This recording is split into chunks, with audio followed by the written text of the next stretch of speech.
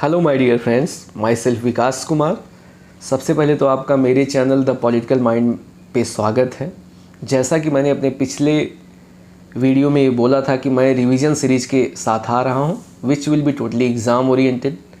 ठीक है, तो चलिए आज मैं अपने इस रिवीजन सीरीज को स्टार्ट करता हूँ। मैं अपने इस रिवीजन सीरीज को जो है वेस्टर्न पॉलिटिकल थाट से स्टार्ट करता हूँ। सबसे पहले हम पेपर 2 का वेस्टर्न पॉलिटिकल थाट कवर करेंगे।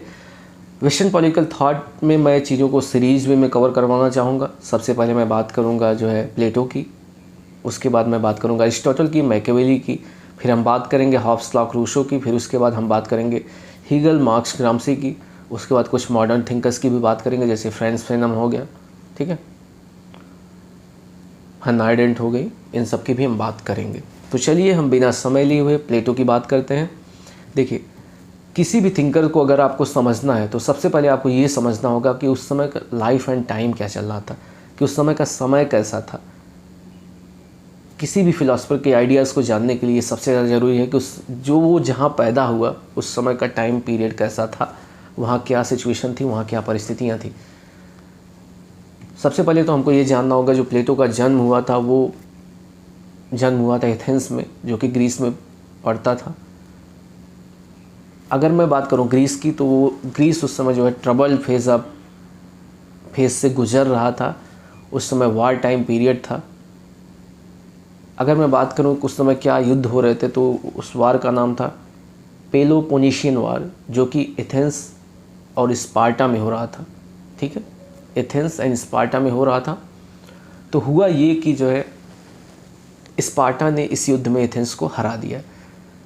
तो यहाँ पे जो है प्लेटो ने ये सोचना शुरू किया कि आखिर क्या क्या रीजन्स थे जिसके कारण जो है स्पार्टा एथेंस को हराने में सफल हुआ। तो after a lot of research he come to the conclusion that two main reasons is the ruler is tyrant. Ruler जो आपका काफ़ी टायरांट है, and people are corrupted in the nature. ये दो बहुत बड़े रीजन है, करप्शन एंड टायरानी। जो पीपल है वो टायरानी है। तो उन्होंने क्या किया, इसीलिए उन्होंने क्या सोचा, उन्होंने सोचना शुरू किया कि आखिर एथेंस को एक आइडियल स्टेट में कैसे कन्वर्ट किया जा सकता है। तो उन्होंने कहा कि इसका एक ही रास्ता है जिसके द्वारा एथेंस को एक आइडियल स्टेट में कन्वर्ट किया जा सकता है। वो रास्ता क्या है? The rule by the philosopher king. तो हमको जो रूल होना होगा वो टायरेंट रूलर की जगह एक फिलोसफर किंग को जो है स्टेबलाइज करना होगा। वो जब रूल करेगा तो एक आइडियल स्टेट बनेगा एथेंस में। ठीक है, यहाँ पे अब मैं एथेंस की बात जब करता हूँ तो उस समय एथेंस में एक one type of direct democracy थी। ठीक है, बट उसी एथेंस में जो है जो उनके गुरु थे, उनके गुरु कौन थे? सोक्रेटिस, सुकरात, जिनको प्लेटो ने माना था कि he was the wisest man on the earth. ठीक है, और उसी एथेंस में उनको जो है ये सज़ा सुनाई गई थी कि हेवलाक पिला के उनको मार दिया जाए। तो यहाँ से आपको ये समझना होगा जो उनका प्लेटो का जो एटीट्यूड था डेमोक्रेसी का, वो यहीं से आता है कि वो डेमोक्रेसी के लिए सही नहीं सोचते थे, कि he considered democracy as worst form of governance, कि सबसे बुरा ये सरकार चलाने का तरीका है डेमोक्रेसी। तो यहाँ जो डेमोक्रेसी के प्रति उनका जो डिसलाइक आता है वो यहीं से आता है, आपको ये समझना होगा। ठीक है, तो उन्होंने जो डेमोक्रेसी के प्रति था उनका डिसटेस्ट हुआ और he considered democracy as worst form of government. ठीक है, and he recommended the rule of philosopher king. ठीक, चलिए अब हम बात करते हैं कि प्लेटो का किसके किसके ऊपर इम्पैक्ट था। ठीक है, या बोल सकते हैं कि प्लेटो का इम्पैक्ट किसके ऊपर था। ज़्यादा बोलना ये सही होगा कि प्लेटो का किसके ऊपर इम्पैक्ट था। ठीक है, सबसे पहले पाइथागोरस का इनके ऊपर इम्पैक्ट था। पाइथागोरस का क्या आइडिया उनको काफ़ी प्रभावित किया, वो था the idea of transmigration of Saul. ठीक है, दूसरा द प्लेटो लव फॉर जो ज्योमेट्री था वो पाइथागोरस से ही आया था। दूसरे जो थे थिंकर बोल सकते हैं, जो जिससे काफ़ी प्रभावित थे, वो थे हेराक्लाइटस। हेराक्लाइटस का जो आइडिया था, उनका आइडिया था कि life is continuous change and there is nothing permanent in this world. ठीक है, so change is the essence of politics. इनका कहना था कि लाइफ एक कंटिन्यूअस चेंज हो रहा है, यहाँ सब कुछ भी यहाँ पे परमानेंट नहीं है। ये हेराक्लाइटस ने बोला था। हेराक्लाइटस हीरा किसका चेंजिंग फॉर्म, ट्रांजिशन या चेंजिंग फॉर्म में होता है, हीरा बनता है कोयले का, तो उसी तरह यहाँ से आप याद कर सकते हैं, कुछ रिलेट कर सकते हैं कि there is nothing permanent in this world, ठीक है, and change is the essence of nature, ठीक है, एसेंस ऑफ नेचर या in the essence of this world. अब तीसरे कौन थे जिससे काफ़ी प्रभावित थे प्लेटो, वो थे पार्मेनिडाइजस। पार्मेनिडाइजस के नाम से ये परमानेंट, ठीक है, कि Plato learn that though we live in the world of change, हाँ ये ज़रूर है कि हम वर्ड ऑफ चेंज में रहते हैं, बट कुछ चीज़ें हैं ऐसी हैं जो परमानेंट हैं। वो क्या है परमानेंट? वो है idea. Idea is permanent in this world, ठीक है। तीसरा जो काफ़ी ज़्यादा इन्फ्लुएंस थे वो अपने मास्टर सुकरात से जो काफ़ी ज़्यादा प्रभावित थे, ठीक है। सुकरात से क्या प्रभावित थे? जैसा कि आप सभी जानते हैं कि प्लेटो उनको जो है wisest man on the earth समझते थे, कि इनसे ज़्यादा बुद्धिमान आदमी इस पृथ्वी पे नहीं है, ठीक है। लेकिन उन किस चीज़ से जो सबसे ज़्यादा प्रभावित थे? वो प्रभावित थे हिज मेथड ऑफ डायलेक्टिक्स। इनका मेथड ऑफ डायलेक्टिक्स क्या था, इस चीज़ों को समझने की कोशिश करिए। डायलेक्टिक्स मतलब इट विल बी, ये मेथड जो होगा it will consist dialogue, discussion, okay, and rationality, ठीक है। एक रेशनल डायलॉग डिस्कशन होगा, ये उसमें कंसिस्ट करेगा। अब मैं थोड़ा मेथड ऑफ डायलेक्टिक्स की बात कर लेता हूँ।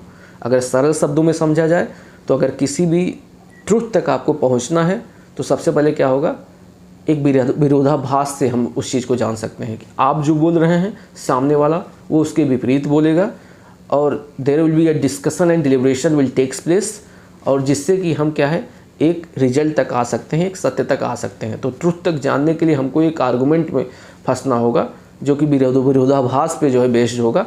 हम जो बोल रहे हैं आप उसके विरोध में बोलेंगे, फिर एक डिस्कशन होगा आपस में, आप उसका काट बोलेंगे, मैं उसका काट बोलूँगा, फिर एक हम ट्रुथ तक पहुँचेंगे। इसी को हम बोल सकते हैं थीसिस होगा, एंटीथीसिस, उस आइडिया के विरोध, और उन जब दोनों आइडिया एक दूसरे से मिल जाएंगे that will be consisting synthesis, वो जो है ट्रुथ, आप ट्रुथ तक पहुँच जाएंगे, ठीक है।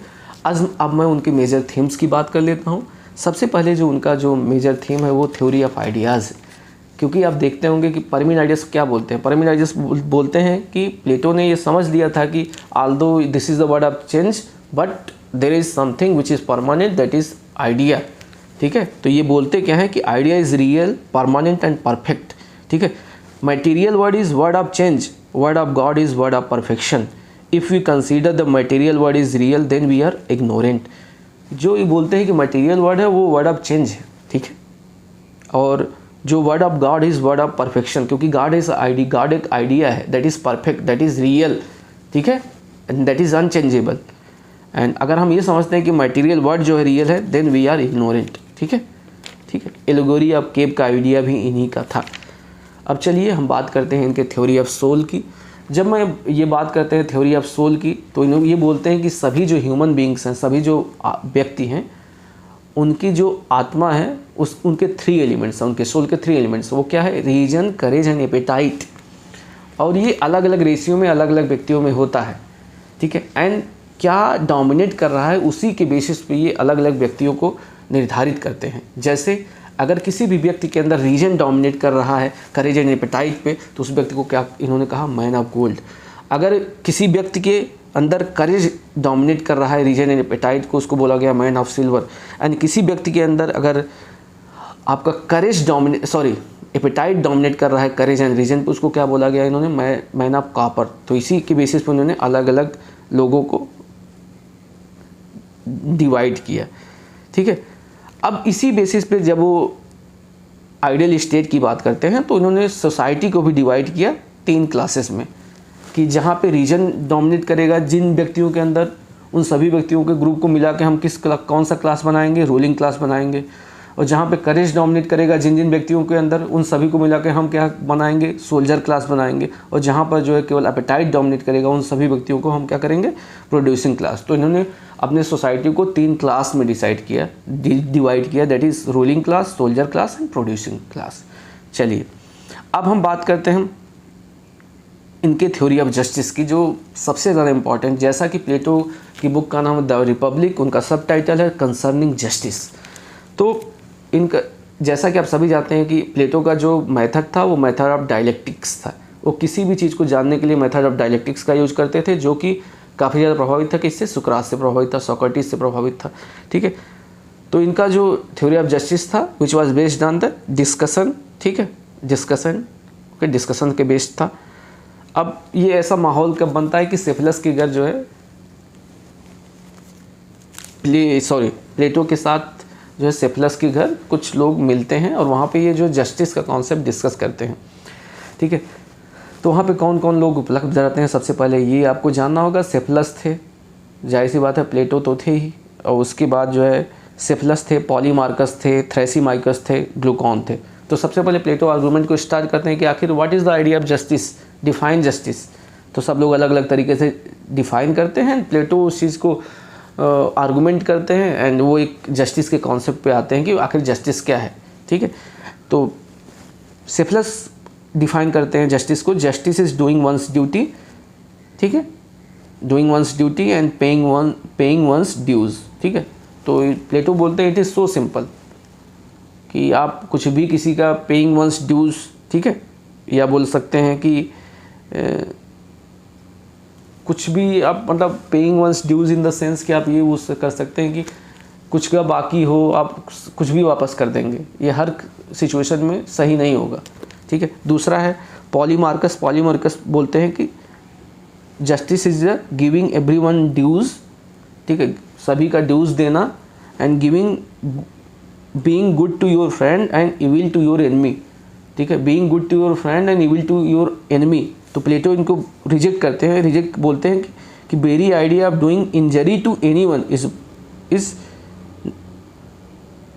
नॉट पार्ट ऑफ जस्टिस, ठीक है। आप अपने being good to your friend, ठीक है, कि आप अपने दोस्त के साथ अच्छा रहें एंड दुश्मन के साथ बुरा रहें, तो ये अच्छा नहीं है, क्योंकि हो सकता है आप किसी को इंजरी कर सकते हैं एंड ये आइडिया ऑफ जस्टिस नहीं हो सकता है। अब थ्रेसिमाइकस क्या बोलते हैं, थ्रेसिमाइकस बोलते हैं कि might is right and justice is a interest of stronger. Justice क्या है, केवल स्ट्रांगर लोगों का इंटरेस्ट है। तो प्लेटो बोलते हैं कि फिर वीक लोगों का क्या होगा, आर्गूमेंट हो रहा है। ग्लूकॉन बोलते हैं justice is interest of weak, Glaucon ये आइडिया बोलते हैं, फिर स्ट्रांग लोगों का क्या होगा। तो एक आइडिया पे नहीं आ रहे हैं। तो उसके बाद क्या है, अब प्लेटो अपने जो है थ्योरी ऑफ जस्टिस पे आते हैं। थ्योरी ऑफ जस्टिस उनका क्या था, which that will be duty based. तो सिंपल टर्म्स में इन्होंने कहा कि डूइंग वंस ड्यूटी, कि एक ऐसा जो स्टेट होगा जहाँ पे सभी लोग अपनी ड्यूटी करेंगे, जिसको जो काम दिया गया होगा वो करेगा, दैट इज़ द जस्टिस, ठीक है। कि रूलिंग क्लास को जो काम दिया गया है वो काम करेगा, प्रोड्यूसर क्लास को जो काम दिया गया है वो काम करेगा, ठीक है। तीनों क्लास जो है अपना अपना काम करेंगे, ठीक है,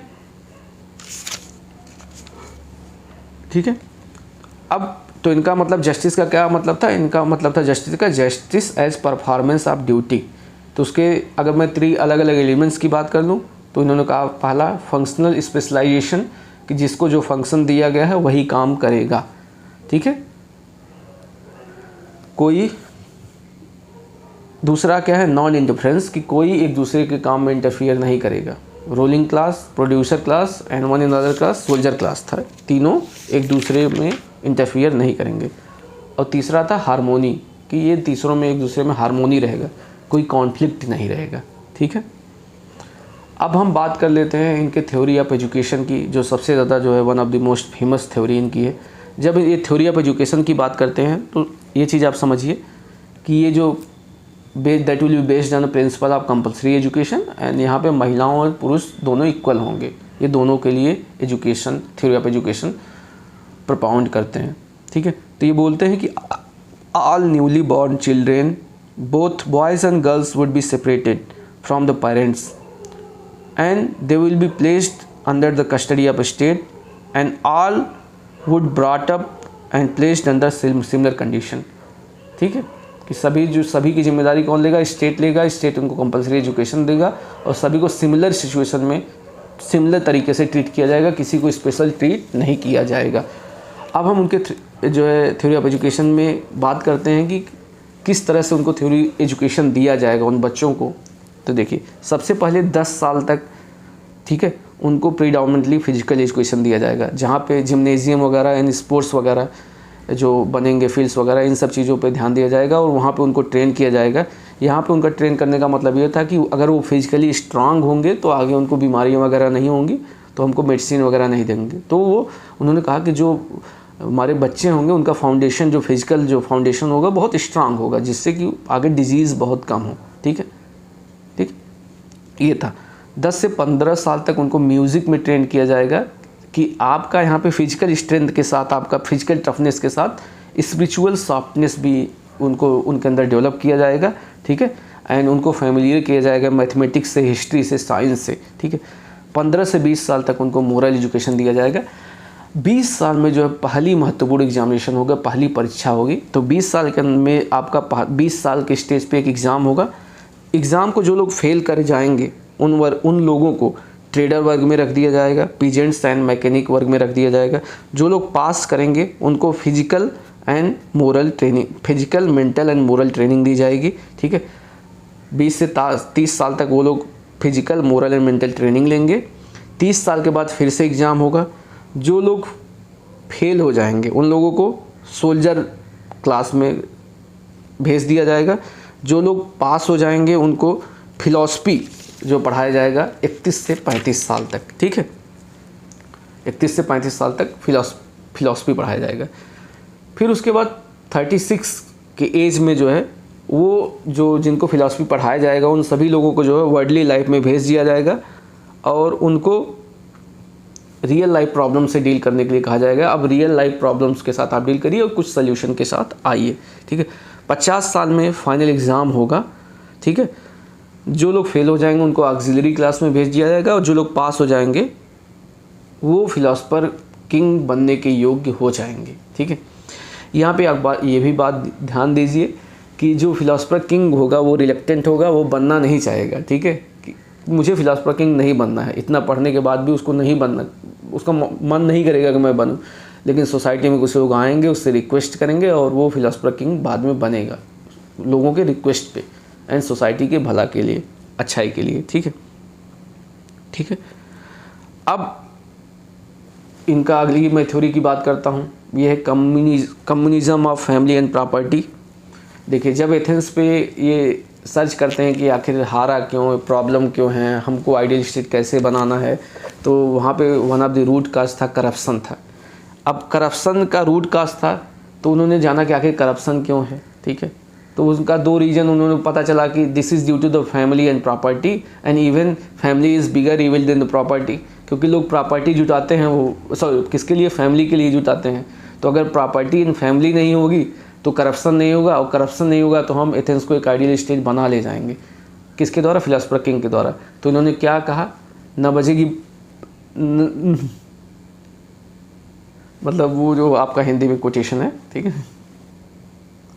ठीक है, न रहेगा बांस न बजेगी बांसुरी। ठीक है, इस टाइप का। ठीक है, तो उन्होंने communism of family and property दिया कि कोई फैमिली नहीं, प्रॉपर्टी नहीं, कुछ भी अलाउड नहीं किया जाएगा। ठीक है, तो आपका कहा उन्होंने कहा no family and no property, entire जो स्टेट होगा will be left like a family. अब इसको ये कैसे इम्प्लीमेंट करेंगे, इनका कहना था कि सभी लोग साथ रहेंगे। ठीक है, एक कम्युनिटी किचन होगा, लोगों के पास उतना ही रहेगा जो उनके डेली यूज़ के रहेगा, उसके अलावा जो भी रहेगा वो कम्युनिटी में दे दिया जाएगा। ठीक है, तो किसी के पास सबके पास कॉमन प्रॉपर्टी रहेगी, किसी के पास अपनी पर्सनल प्रॉपर्टी रहेगी नहीं। ठीक है, तो किसी को प्रॉपर्टी की ज़रूरत ही नहीं पड़ेगी। अब इन्होंने कहा कि नो प्राइवेट फैमिली भी किसी की नहीं रहेगी इन्होंने कहा। तो इन्होंने कहा कि all guardian man and women will be isolated from ordinary people, कि सभी मैन और वोमेन जो शादी के लिए वो होंगे उनको ऑर्डिनरी पीपल से अलग कर लिया जाएगा। They will enter into the group marriage, वो एक ग्रुप मैरिज में इंटर करेंगे। एंड ऑल मैन एंड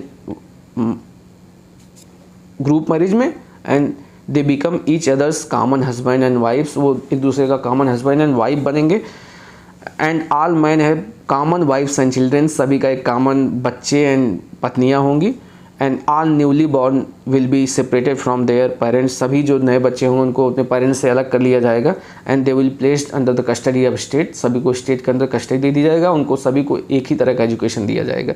ठीक है, एंड जो भी लोग होंगे, जो भी उनके पेरेंट्स होंगे, उनको ये अलाउड नहीं किया जाएगा कि वो जान सकें कि उन बच्चों की आइडेंटिटी क्या है, जिससे कि ये फर्दर भी कोई फैमिली नाम की चीज़ नहीं रहेगी। उस संभावना को यहाँ पे ख़त्म किया। तो इनकी कोशिश ये थी कि family property root cause of corruption, तो अगर फैमिली एंड प्रॉपर्टी ही नहीं रहेगी तो करप्शन भी नहीं रहेगा। ठीक है, ठीक है, ये चीज़ आप समझ लीजिए। अब मैं उनकी बुक्स की बात कर लेता हूँ, ठीक है। तो सबसे पहले आप एक बात आपको समझना होगा कि विद पासिंग द टाइम जो है प्लेटो के कुछ आइडियाज़ में कुछ चेंजमेंट आए हैं, ठीक है। कि एज ए यंग मार्क्स जब वो बात करते हैं तो यंग मार्क्स में उन्होंने सोचना शुरू किया था कि आखिर एथेंस को एक आइडियल स्टेट कैसे बनाया जाए, ठीक है। तो उन्होंने सोचना शुरू किया था। तो यंग मार्क्स में उन्होंने जस्टिस पे बहुत ज़्यादा जोर दिया था कि आखिर जस्टिस क्या है, कि मैं कैसे इसको आइडियल स्टेट कैसे बना सकूं। तो जो थ्योरी ऑफ जस्टिस है वो द रिपब्लिक में आपको मिलेगा, इनकी बुक है। प्लेटो की पहली सबसे फेमस बुक है द रिपब्लिक, उसका सब टाइटल है द कंसर्निंग जस्टिस, ठीक है। तो इस बुक में ये क्या क्या बात करते हैं, वो बात करते हैं थ्योरी ऑफ जस्टिस की, थ्योरी ऑफ एजुकेशन की, थ्योरी ऑफ कम्युनिज्म की, इंस्टीट्यूशन ऑफ फिलोसोफर किंग की बात करते हैं, ठीक है। अब दूसरी इनकी जो सबसे फेमस बुक है वो है द स्टेट्समैन। ये ट्रांजिशन फेज़ में लिखी गई थी, जिसमें वो बात करते हैं his attitude towards the democracy and he also recognise the rule of law, ठीक है। तीसरी इनकी सबसे ज़्यादा जो फेमस बुक है द लॉज है, जो that is the work of mature Plato, ठीक है। जिसमें ये समझते हैं कि understand the impracticability of philosopher king की जो इम्प्रैक्टिबिलिटी है उसको समझ लेते हैं and accept the rule of law and he modifies his thought in the light of criticism by Aristotle. Aristotle जो क्रिटिसिज्म करते हैं तो उन्होंने अपने थॉट्स को कुछ मॉडिफाइड किया, रूल एंड लॉ को रिकॉग्नाइज़ किया कि हाँ रूल ऑफ लॉ भी ज़रूरी है, कहीं ना कहीं इम्प्रैक्टिकल है फिलोसोफर किंग। उनकी और बुक है टाइमेकस एंड द सिम्पोजियम, ठीक है। तो हमने क्या क्या बात कर लिया, हमने बात कर लिया उनकी बुक्स का, हमने बात कर लिया उनका communism of family and property का, हमने उनकी बात कर लिया थ्योरी ऑफ एजुकेशन का, हमने बात कर लिया थ्योरी ऑफ जस्टिस की, हमने उनके थ्योरी ऑफ सोल की बात की, थ्योरी ऑफ जस्टिस की बात की, ठीक है। एंड हमने ये भी बात किया कि उनका थ्योरी ऑफ आइडियाज़ क्या है, ठीक है। उसके बाद हमने ये भी बात किया कि आखिर इम्पैक्ट ऑन प्लेटो क्या क्या थे, किसकी प्लेटो के ऊपर इम्पैक्ट किसका किसका था, पाइथागोरस का, हेराक्लाइटस का, पार्मेनाइडस का, सोक्रेटिस का, ठीक है। और उस समय का लाइफ एंड टाइम्स क्या था, इन सब चीज़ों के बारे में हमने पढ़ लिया। अब हम कुछ और चीज़ें हैं जो कुछ बची हुई चीज़ें हैं उन सब चीज़ों को पढ़ते हैं थोड़ा सा, जो कि एग्ज़ाम पर्सपेक्टिव से काफ़ी इंपॉर्टेंट हैं, ठीक है। सबसे पहले ये आप समझ लीजिए कि जो प्लेटो के जो मेथड है वो क्या है, डिडक्टिव नेचर। एग्ज़ाम में पूछा जा सकता है कि प्लेटो का जो मेथड है वो का नेचर क्या है, डिडक्टिव है कि इंडक्टिव है, तो आप यहाँ पे डिडक्टिव लगाएंगे। डिडक्टिव क्या है, डिडक्टिव इसलिए है क्योंकि वो जनरल से पार्टिकुलर पे जा रहे हैं। उनके माइंड में पहले से ये आइडिया आ गया कि फिलोसोफर किंग बनाएंगे, ठीक है। फिलोसोफर किंग है वही जो है एक आइडियल स्टेट को स्टेबलाइज करेगा, ठीक है, ठीक है। फिलोसोफर किंग ही सल्यूशन है, ठीक है। आइडियल स्टेट की बात करते हैं क्योंकि वो आइडियल स्टेट की बात करते हैं, ठीक है। तीसरा रेडिकल भी हैं कहीं ना कहीं कुछ, क्योंकि ये रेडिकल ट्रांसफॉर्मेशन करने की कोशिश करते हैं। Communism of family and property, family and property जो इतने दिनों से चला आ रहा इंस्टीट्यूशन है उसको ख़त्म करना चाहते हैं, तो इसलिए radical transformation, radical in nature भी है। दूसरा यूटोपियन है, यूटोपियन इन द सेंस की विच कैन नॉट बी अचीव। आप फिलोसोफर किंग की बात कर रहे हैं, फैमिली नहीं होनी चाहिए, प्रॉपर्टी नहीं होनी चाहिए, कुछ यूटोपियन लगता है, which can not be achieve and which is so tough to get, ठीक है। अब कुछ कोट्स पढ़ लेते हैं, जैसे प्लेटो एज कम्युनिस्ट फासिस्ट किसने कहा था, कार्ल पॉपर ने बोला था। Open society and it's enemy, ये भी कार्ल पॉपर ने ही बोला था। किसको माना गया है, प्लेटो, हेगल एंड मार्क्स को बोला गया था, ठीक है। रूसो बोलते हैं Plato Republic is best book on the field of education, ठीक है। ये सब चीज़ें हैं। कार्ल पॉपर ने और कुछ बोला था कि one can be either platonic और anti platonic but never be non platonic. ये भी कार्ल पॉपर का स्टेटमेंट है, ये भी आप काफ़ी ध्यान दीजिए, ठीक है। And Plato as a communist fascist, ये भी जो है कार्ल पॉपर ही बोलते हैं, ठीक है।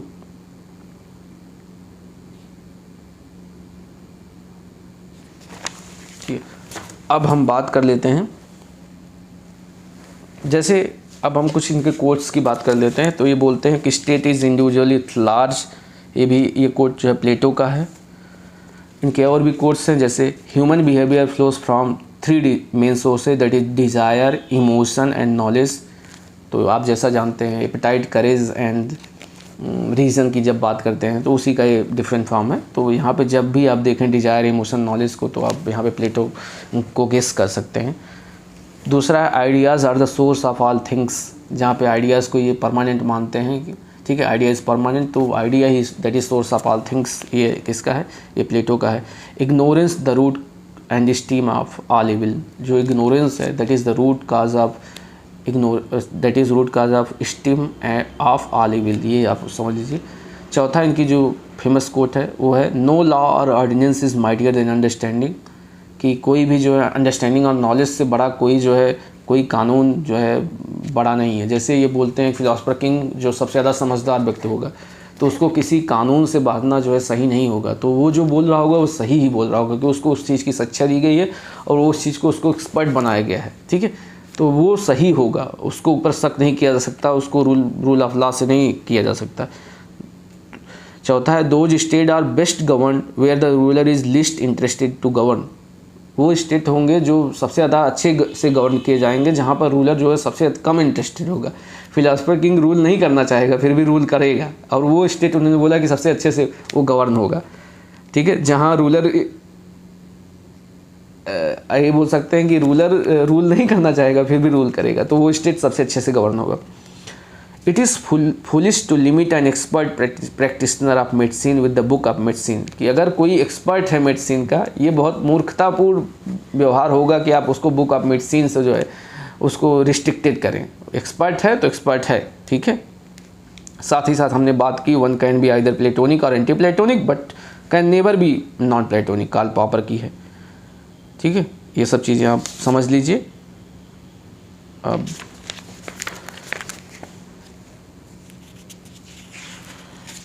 तो हमने लगभग सारी चीज़ें हमने बात की। थ्योरी ऑफ फिलोसफर किंग आप समझ ही सकते हैं कि फिलोसफर किंग क्या है, ठीक है, कि जिसके पास एक फिलोसफर किंग होगा जिसकी मदद से आइडियल स्टेट बनेगा और उसके पास एब्सोल्यूट पावर्स होंगे, ठीक है, ठीक, जिसकी मदद से जो एथेंस को एक आइडियल स्टेट बनाया जाएगा। हमने स्टेजेस ऑफ एजुकेशन की बात कर ली, थ्योरी ऑफ कम्युनिज्म की बात कर ली, हमने कॉन्सेप्ट ऑफ जस्टिस की बात कर ली, हमने बात की थ्योरी ऑफ जस्टिस की, हमने बात की थ्योरी ऑफ सोल्स की क्या है, ठीक है, हमने डायलेक्टिक मेथड की बात की, हमने थ्योरी ऑफ आइडियाज़ की बात की, ठीक है, एंड हमने इन्फ्लुएंसेस की बात की और उनकी बुक्स का भी हमने बात किया, ठीक है, और क्या कॉन्टेक्स्ट था ये भी हमने उस समय बात किया, ठीक है। एक बात ये भी आप समझ लीजिए कि ही वाज कंसीडर्ड है फादर ऑफ पॉलिटिकल फिलॉसफी, ठीक है, ठीक है। चलिए इसी के साथ प्लेटो समाप्त होता है। हमने मेजर चीज़ें जो भी थी लगभग कवर कर ली हैं, तो इसी अप्रोच के साथ हम आगे बढ़ेंगे। हाँ, ये वीडियो थोड़ा सा लंबा ज़रूर हो गया है, लेकिन मुझे लगता है कि हाँ आपको यहाँ पे वैल्यूएबल कंटेंट प्रोवाइड करवाने की पूरी कोशिश की गई है जो है। तो मेरे साथ आप सभी लोग बने रहिए, साथ ही साथ आप लोग फीडबैक देते रहिए कि आखिर मैं फर्दर क्या इम्प्रूव कर सकता हूँ और कैसे इम्प्रूव किया जा सकता है। एंड आपके कमेंट्स, आपके लाइक ये मेरे लिए इनकरेजमेंट की तरह होंगे और मैं और अच्छे कंटेंट के साथ आना चाहता हूँ, और जिससे कि सभी लोगों को आसानी से जो शिक्षा मिल सके और आप मुझसे और मैं आपसे कुछ सीख सकूँ। मेरा आप सभी से रिक्वेस्ट है कि इस वीडियो को ज़्यादा से ज़्यादा लाइक करें, शेयर करें, सब्सक्राइब करें, ये मेरे लिए काफ़ी ज़रूरी है, ठीक है। तो चलिए इसी के साथ अपने इस वीडियो को मैं समाप्त करना चाहता हूँ दोस्तों। ओके, नमस्कार दोस्तों एंड धन्यवाद।